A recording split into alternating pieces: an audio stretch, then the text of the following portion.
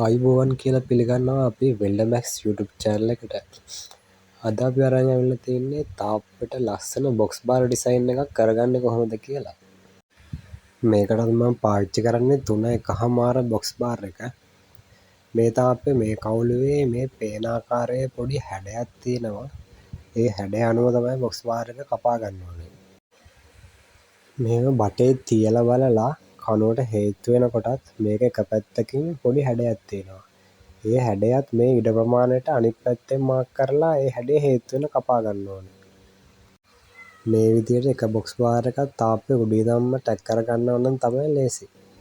මොකද එක අච්චුවකට හරියටම අපිට කැලි ටික හදා ගන්න පුළුවන්.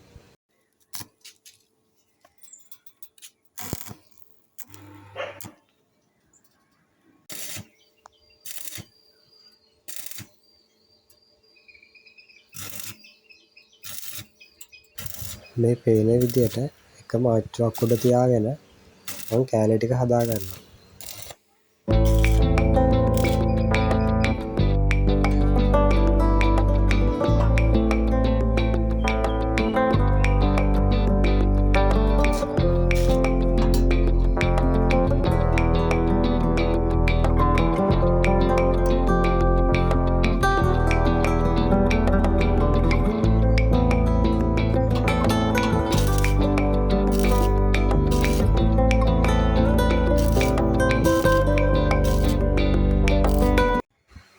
ඔයා දැන් මේ බොක්ස් බාර් එන තැන් හරියටම පැන්සලකින් මේක මාක් කරගන්න ඕනේ බැලන්ස් කරලා.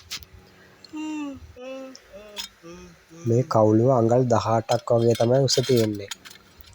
මේ විදිහට ඔයා උඩම බොක්ස් බාර් එක මාක් කරගන්නකොට බොක්ස් කප් එකේ වාසිය උඩට හිටිනසේ තමයි මාක් කරගන්න ඕනේ. මේකට මම බොක්ස් බාර් 3ක් තමයි හරහට පාවිච්චි කරන්නේ. ඒ වගේම බොක්ස් බාර් එක සවි කරගන්න දගර කම්බි කපපු කෑලි තමයි මේකට මම පාවිච්චි කරන්නේ. මොකද මේක කොන්ක්‍රීට් කණුවක් නෙවෙන හින්දා කම්බිය ෆිට් එකේම තමයි මේකට වස්ස ගන්න ඕනේ. බොක්ස් බාර් එක කණුවට සම්බන්ධ කරනකොට කප් එක දාගන්න නම් අමතක කරන්න එපා.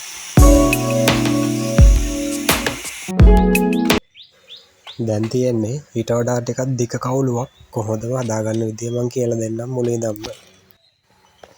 මුලින්ම ඔයා මේ දිග බොක්ස් බාර් එක තාප්පේ කවුළුව උඩින් මේ විදියට තියලා මේක හරියටම නැවෙන තැනින් මේ විදියට පැන්සල් මාක් එකක් දාගන්න. පැන්සල් මාක් එකක් දාගෙන තව පොඩි බොක්ස් බාර් එකක් අරගෙන ඒක උඩින් මේ විදියට තියලා ඒක එන හැඩේ බොක්ස් බාර් එකේ එහා පැත්තෙන් පොඩි තව පැන්සල් මාක් එකක් දාගන්න. මේ විදියට ඔයාට මේකේ හැඩේ මාක් කරගෙන මේක කපා ගන්න පුළුවන්. මේ තියෙන්නේ මේ විදියට හැඩේ කපලා හරියටම හේතු වෙන්න හදාගත්ත බොක්ස් බාර් එක.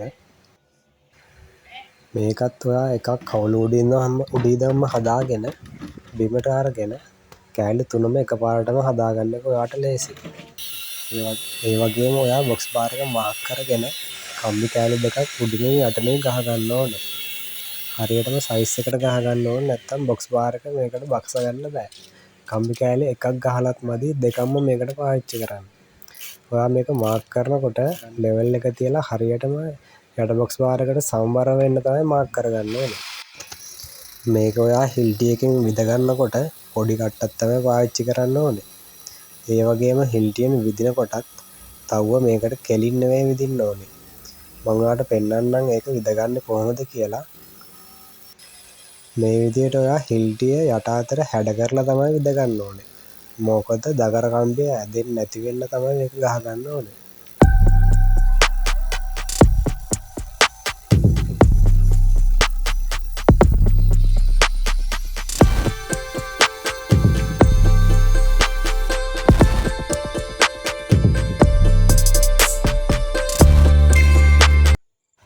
මේ තියෙන්නේ මේ විදියට හදාගත්ත කොටස් දෙකක්. තාම මේක සම්පූර්ණ ස්ප්‍රේ පේන්ට් එක කරලා නැහැ.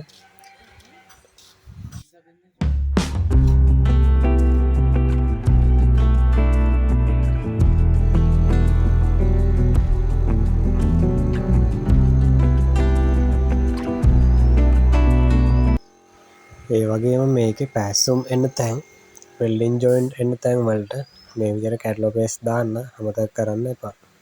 මේ තියෙන සම්පූර්ණයෙන්ම කළු ස්ප්‍රේ පේන්ට් එක කරලා තියෙන ආකාරය. ඔයාලට පේනවා ඇති මේක කොච්චර ෆිනිෂින් එකට වැඩේ වෙලා තියෙනවද කියලා. මම හිතනවා ඔයාලට මේ වීඩියෝ එක බලලා ලොකු දැනුමක් ලැබෙන්න ඇති කියලා. ඒ වගේම අපේ channel එක subscribe කරගන්න අමතක කරන්නත් එපා.